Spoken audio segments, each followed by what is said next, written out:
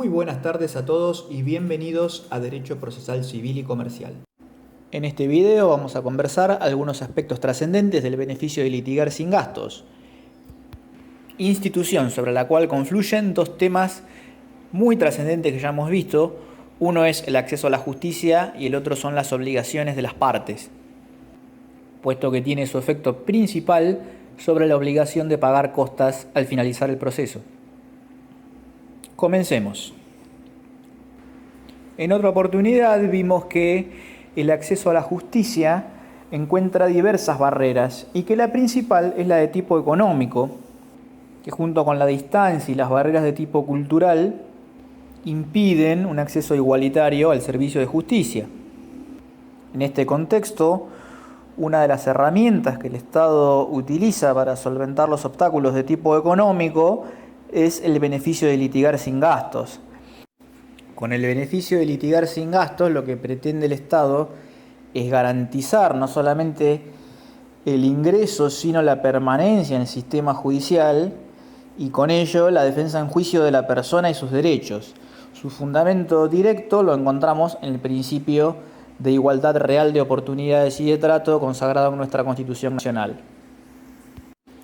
Pero ¿de qué hablamos cuando hablamos de beneficio de litigar sin gastos? ¿De qué se trata esto? El beneficio de litigar sin gastos es una franquicia que se concede a las personas que no contaren con los recursos suficientes para afrontar un proceso para actuar sin la obligación de hacer frente total o parcialmente a las erogaciones incluidas en el concepto de costas. Ya más adelante vamos a ver exactamente cuáles son los rubros que comprende el beneficio de litigar sin gastos. Pero quedémonos con este concepto que nos va a servir para adentrarnos un poco más en la temática.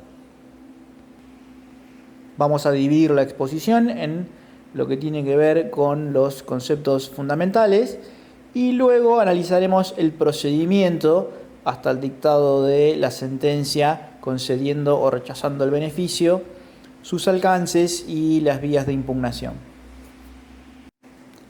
Bien, ¿cuáles son los requisitos que el Código Procesal exige para conceder el beneficio de litigar sin gastos? El primero es la carencia de recursos, carencia que no debe ser entendida como pobreza, porque este es un concepto un poco difuso y bastante subjetivo. Debe interpretarse la carencia de recursos como una insuficiencia patrimonial para emprender un proceso en concreto. No es en abstracto. Hay que ver caso por caso si el patrimonio de una persona está en condiciones de afrontar un proceso determinado sin que le resulte confiscatorio. Imagínense que la tasa de justicia, que es el 2,2% del monto del juicio, puede representar mucho dinero, así que hay que ver, según el monto reclamado, si es que esta insuficiencia patrimonial está justificada en cada caso concreto. La otra pauta que exige nuestro Código Procesal es la necesidad de defender judicialmente un derecho propio o de hijos menores. Y esta necesidad de defender un derecho incluye tanto a la parte actora como a la parte demandada. Pero ¿para qué sirve el beneficio de litigar sin gastos? Concretamente, el beneficiario queda exento de manera total o parcial de pagar honorarios o cualquier otro gasto judicial hasta que se mejore de fortuna. Es fundamental comprender el alcance del beneficio de litigar sin gastos. Es una suerte de carta blanca que permite no pagar absolutamente nada. Por eso es que los profesionales tenemos que trabajar con suma prudencia a la hora de asesorar a nuestros clientes con respecto al beneficio de litigar sin gastos. Imagínense un sistema donde todo el mundo sacara beneficio de litigar sin gastos, nadie cobraría nada y sería la debacle y el colapso total del sistema de justicia. Imagínense que los peritos nunca cobrarían un estipendio y los profesionales de la abogacía estarían bastante complicados también para poder cobrar sus honorarios. Así que implica respecto de los profesionales intervinientes a la hora de asesorar a sus respectivos clientes cierta prudencia para que en definitiva el beneficio de litigar sin gastos llegue a cumplir la función que el legislador ha pensado, que es la de poder equiparar la igualdad de las partes y poder fortalecer el acceso a la justicia y compensar así las diferencias de tipo económico. El procedimiento para obtener un beneficio de litigar sin gastos podríamos dividirlo en 3 etapas. Una etapa de inicio o postulatoria, una etapa probatoria y una fase decisoria donde el beneficio es concedido total o parcialmente.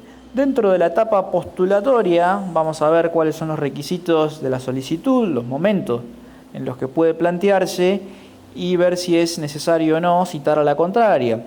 Dentro de la etapa probatoria vamos a ver todo lo que tiene que ver con la producción de medios de prueba y en la fase decisoria vamos a analizar la sentencia, sus efectos y alcances y ver si es apelable o no es apelable. Nuestro código nos marca que el beneficio de litigar sin gastos puede ser iniciado en cualquier momento del proceso, esto es, de manera previa, de manera simultánea o bien posterior a la interposición de la demanda. O sea, no hay un momento preciso hasta el cual se puede iniciar, siendo factible de promoverse en cualquier etapa del proceso. Lo que hay que tener siempre en cuenta es que sus efectos operan hacia adelante, o sea que lo más recomendable va a ser iniciarlo de manera previa a la interposición de la demanda, cosa de poder cubrir así con su manto hasta los gastos provocados en la mediación. Respecto de la solicitud, el código exige 4 requisitos. Primero es la mención de los hechos en los que se funda, que no solamente es una referencia, aunque sea somera, a los hechos del juicio principal, sino también a la base fáctica de esa insuficiencia patrimonial para afrontar el proceso determinado. Luego la referencia a la necesidad de defender judicialmente un derecho, con indicación del proceso principal para el cual se lo va a usar, y el ofrecimiento de prueba. Acá el código tiene uno de los últimos vestigios de prueba tasada, porque dice que con la declaración de 3 testigos será concedido el beneficio y que con el testimonio de 2 será necesario producir más prueba. La verdad es que en la práctica los jueces suelen no conformarse con la declaración de testigos y exigen algún complemento más de prueba, para lo cual es receptada de un criterio, sobre la base de un criterio amplio, ¿no? Hay amplitud de medios de prueba. Esto quiere decir que va a poder agregarse prueba informativa, prueba documental. La prueba pericial no es muy habitual, pero en determinados casos podría llegar a ser también admisible. A esta altura se estarán preguntando también cuál es el rol de la otra parte. Al ser el beneficio un proceso de carácter incidental, es eminentemente bilateral, lo que quiere decir que debe citarse a la contraria, no solo para que pueda fiscalizar la prueba, sino también para que pueda ofrecer los medios tendientes a desvirtuar aquella pretensión del peticionario y obviamente poder agregar la prueba que considere pertinente.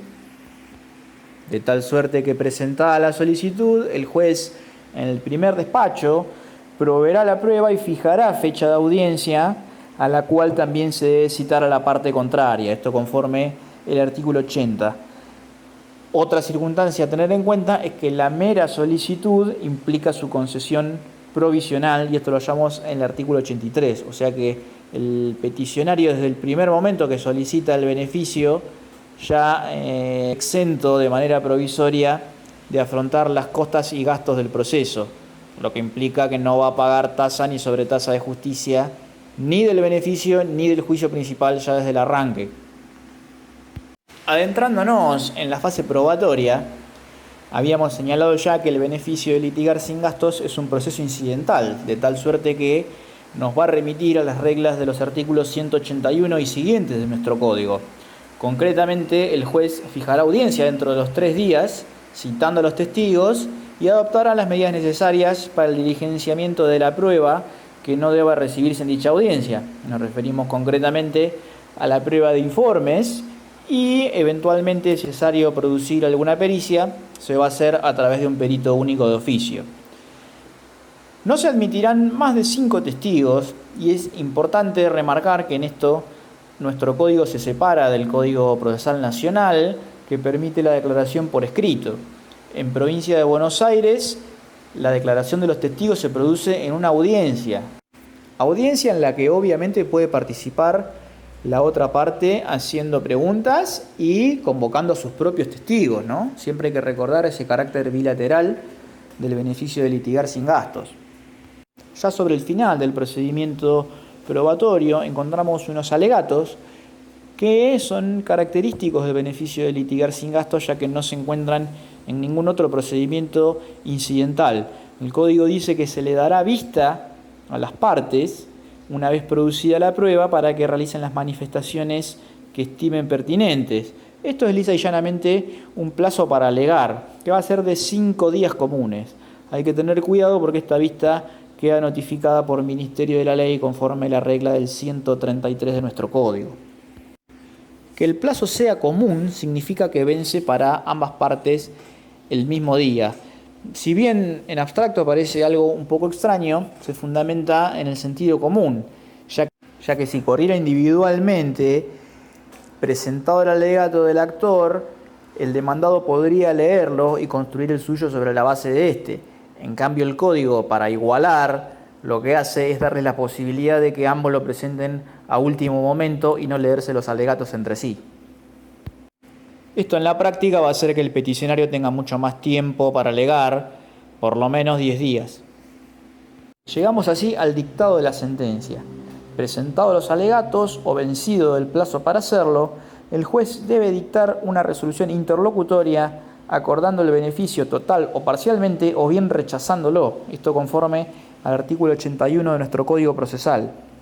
En el supuesto de concederse, la sentencia tiene efecto retroactivo a la fecha de la solicitud, pero no más allá, de tal suerte que los gastos hasta la interposición deberán ser abonados. Por eso que al comienzo remarcábamos la importancia de que el beneficio sea solicitado de manera previa a la interposición de la demanda, puesto que si no se hace anteriormente a la mediación, estos gastos no van a quedar cubiertos.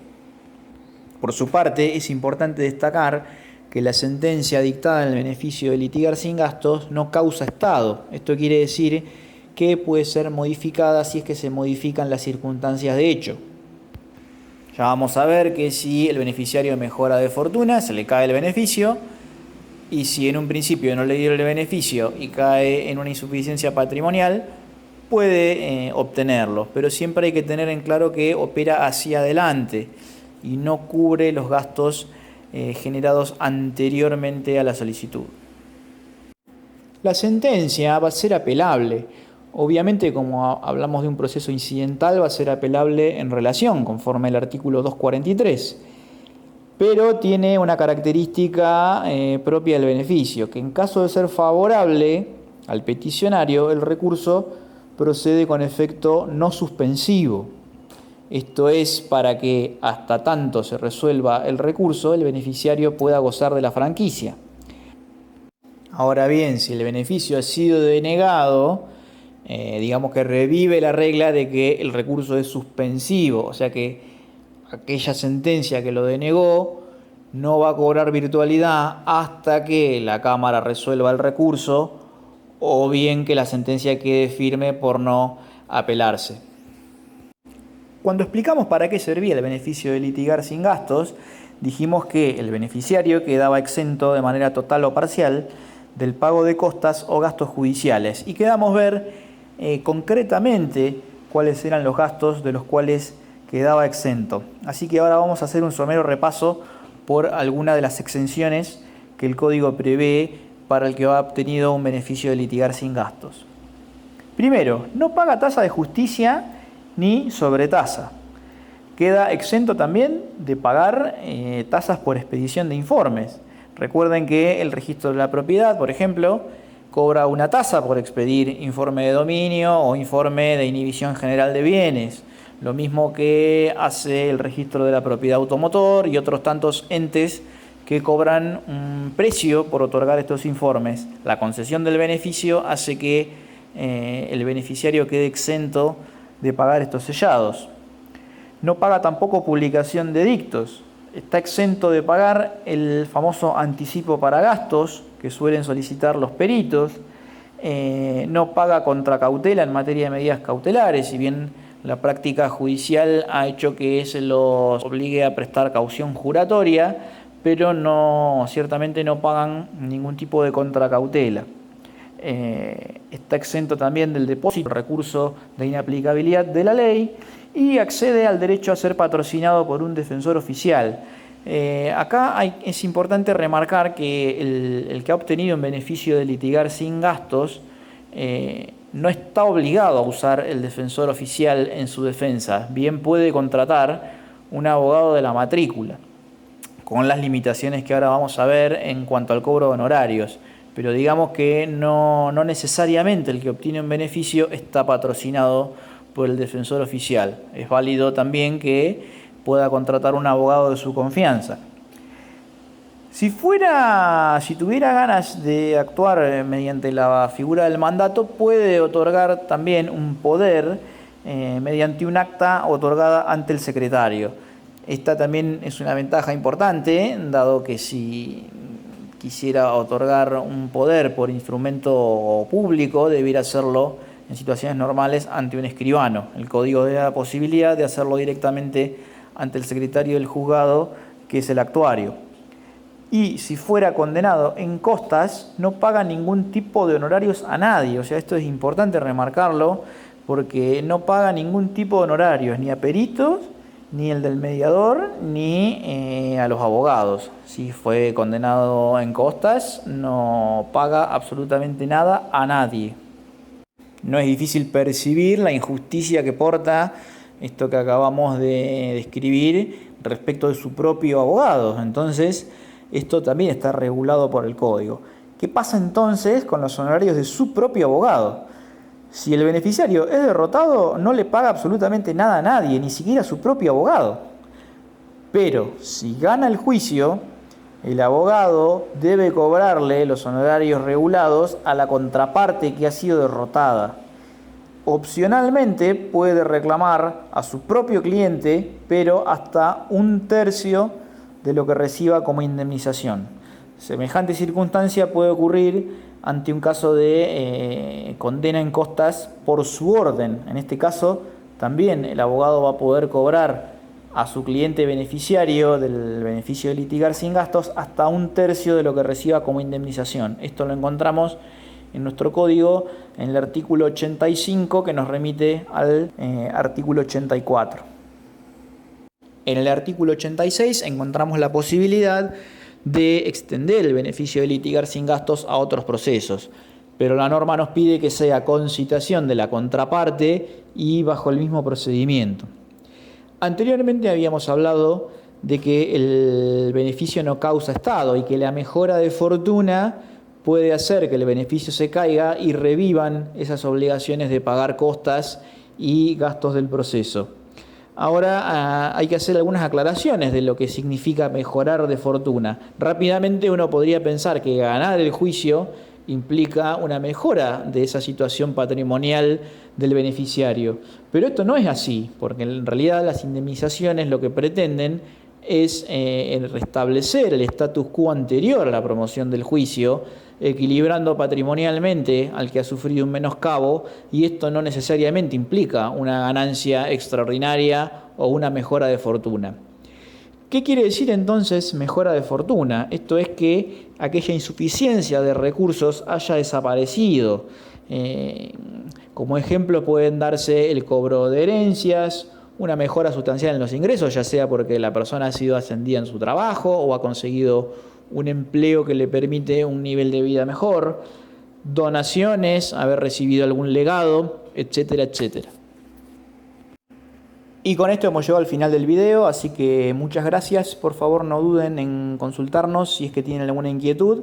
Estaremos respondiendo a la brevedad. Nos vemos en el próximo video.